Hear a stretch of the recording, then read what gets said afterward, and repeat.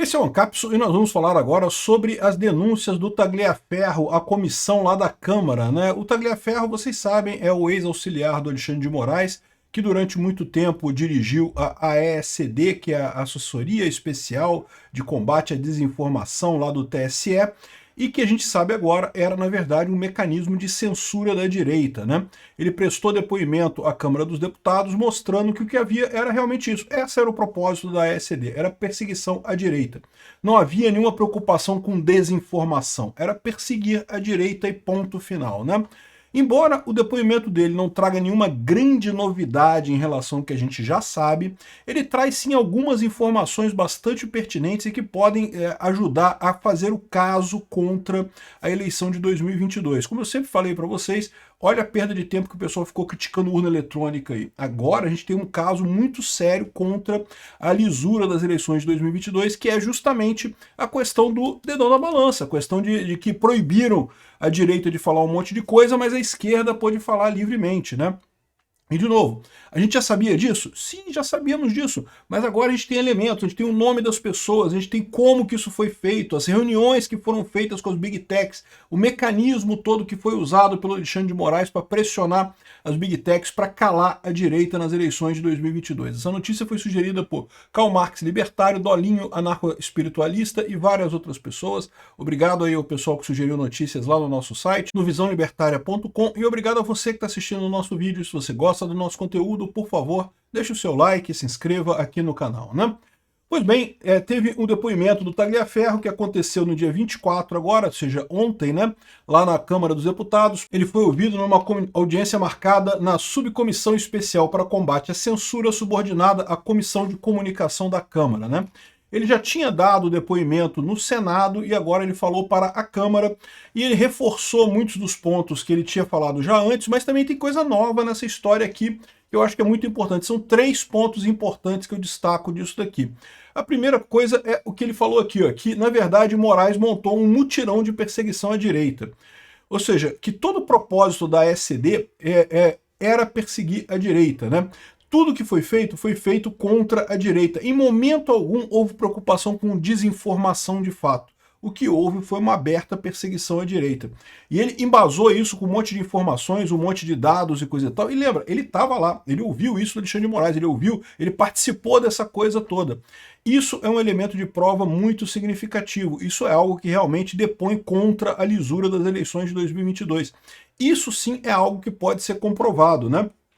Enfim, uma coisa importante também de se notar nessa história, esse tipo de coisa aqui, isso vai ser feito, vai ser colocado um relatório que vai ser mandado para o Trump, tá? Vai ser mandado para os Estados Unidos, para o Eduardo Bolsonaro apresentar às autoridades americanas. Eu tenho certeza que isso vai fazer parte da reunião do Lula com o Trump lá. Aqui, ó. O perito Eduardo Tagliaferro, ex-assessor de Alexandre de Moraes no TSE, afirmou que o ministro fez um mutirão de perseguição à direita quando presidiu a corte entre 2022 e 2024.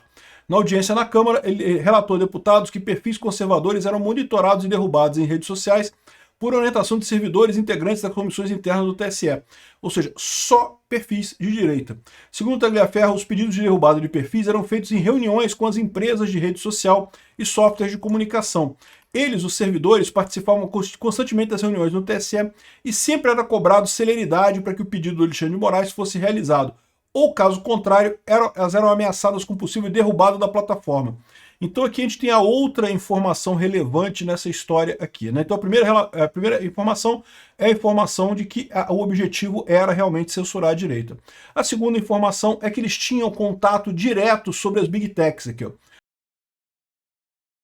Tagliaferro relata a pressão de Alexandre de Moraes sobre as Big Techs nas eleições de 2022. Alguma coisa muito similar que a gente viu acontecer lá nos Estados Unidos com o Biden pressionando as Big Techs também. Eu fiz um vídeo recentemente falando sobre a descoberta, né? Na verdade, o Google, né, confessou no Congresso americano que recebeu ordens do Biden para censurar canais conservadores, para censurar canais de direita lá na política americana.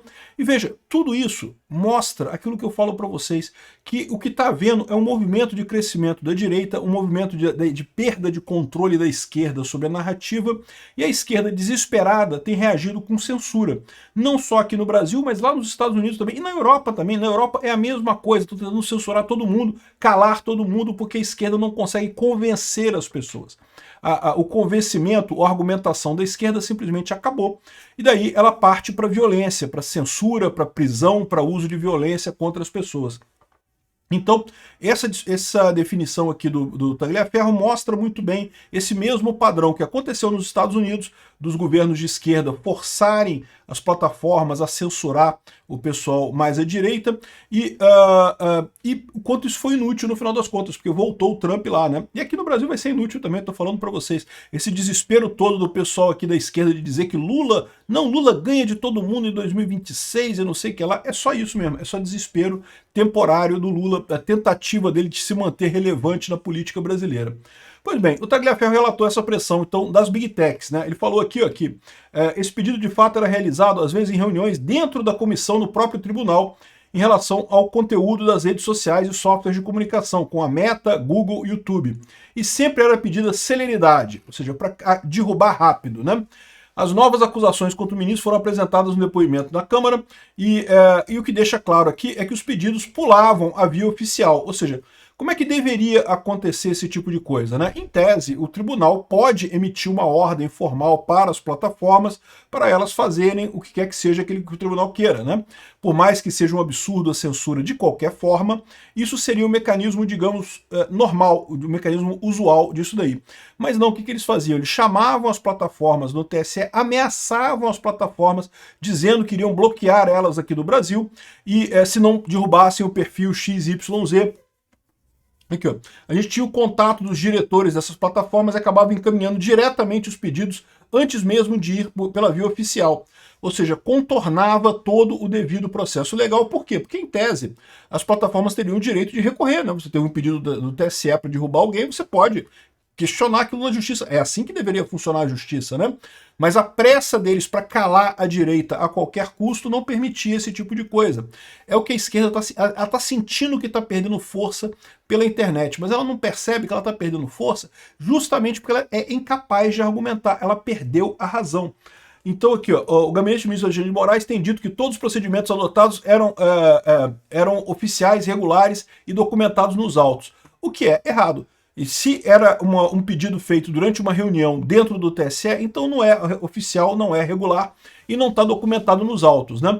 Mesmo que depois o TSE emita tal ordem, né, para constar nos autos, isso não é correto, né? Não pode ser feito dessa forma. Enfim, parece que a Revista Oeste procurou as Big Techs, mas nenhuma quis falar nada. Por enquanto, eu tenho certeza que em 2026 vai ter governo de direita aqui no Brasil, e aí as Big Techs vão, a partir de 2027, né, porque 2026 vai ser eleição, mas 2027 é que assume o governo de direita. Eu tenho certeza que as Big Techs vão entregar essa história toda aqui, e esse pessoal todo que ainda se recusa a lutar contra o Alexandre de Moraes, vai estar implicado nessa lambança que o Alexandre de Moraes fez, né? Bom, então são essas duas coisas. Primeira coisa, foi direcionado à direita. Segunda coisa, teve pressão direta nas Big Techs por meios informais. E terceiro ponto importante, ele deu o nome de uma série de pessoas que estaria ligada a essa perseguição, né? Então ele falou aqui que um diretor participou dessa estrutura de censura para derrubar perfis de direita. Depois da vitória do candidato deles, conseguiu um cargo no atual governo? Sim, o Dário Duriga. Esse cara era um diretor que participou dessa estrutura de censura e depois ganhou um cargo no Ministério do Haddad. Ele agora é alguma coisa importante, um assessor importante do Haddad lá no Ministério da Economia. Isso aqui, além de abrir caminho para a investigação em cima desse cara, uma investigação mais extensa, porque agora tem o nome dele ligado a essa turma toda, isso mostra um outro ponto muito importante, que é essa promiscuidade entre o PT e o STF. Eu tenho falado desde o início que o que a gente está vivendo hoje é uma ditadura da coligação PT-STF, uma junta judiciária entre o PT e o STF que estão governando o país, né? E, de novo, mas Peter, você está falando que vai dar margem a investigar esse cara aqui, mas não, o Xandão nunca vai investigar ele, nunca vai ter nada para ele. Não, agora não vai ter nada para ele. Agora não vai ter. Mas é o que eu falei, o que eu falo para você, meu amigo, vai mudar. A gente vai voltar ao poder. Eu tenho certeza disso. Pode não ser em 2026, pode ser em 2030, mas a direita vai voltar ao poder. E quando voltar ao poder, esse pessoal vai ter sim que prestar conta. Eles sabem que eles estão numa enrascada porque eles sabem que fizeram coisas erradas, né? E ele fala também sobre a irmã da Miriam Leitão, a nora da Miriam Leitão, que teria feito também parte dessa turma. Aqui a Gisele Siqueira, que é nora da Miriam Leitão, que não apenas assessorava Moraes em temas de mídia, mas também atuava diretamente no monitoramento de redes sociais. Ou seja, o que dá a entender é que tinha um grupinho de pessoas de esquerda ali que ficavam monitorando as redes sociais. Xandão, derruba o perfil XYZ, Xandão. Xandão, derruba o perfil tal assim, Xandão. Ou seja, era basicamente um grupinho de esquerdistas desesperados querendo calar a direita a qualquer custo, porque não consegue argumento decente, né? E eu já falei para vocês que isso é inútil. O crescimento da direita é um crescimento muito forte. Exatamente por isso a esquerda ficou desesperada, fez de tudo para ganhar as eleições de 2022, tudo que podia e mais umas coisas que não podia, mas esse tipo de esforço eles não têm como fazer continuamente. É o que aconteceu nos Estados Unidos. O Biden até ganhou, mas quando chegou a outra eleição, não teve jeito. O Trump acabou pegando de novo. A gente aqui no Brasil, é lógico que não vai ser 100% igual. Pode ser que Bolsonaro volte, pode ser que seja outra coisa, pode ser que seja o Eduardo Bolsonaro, pode ser que seja o Tarcísio, pode ser que seja outra pessoa da direita.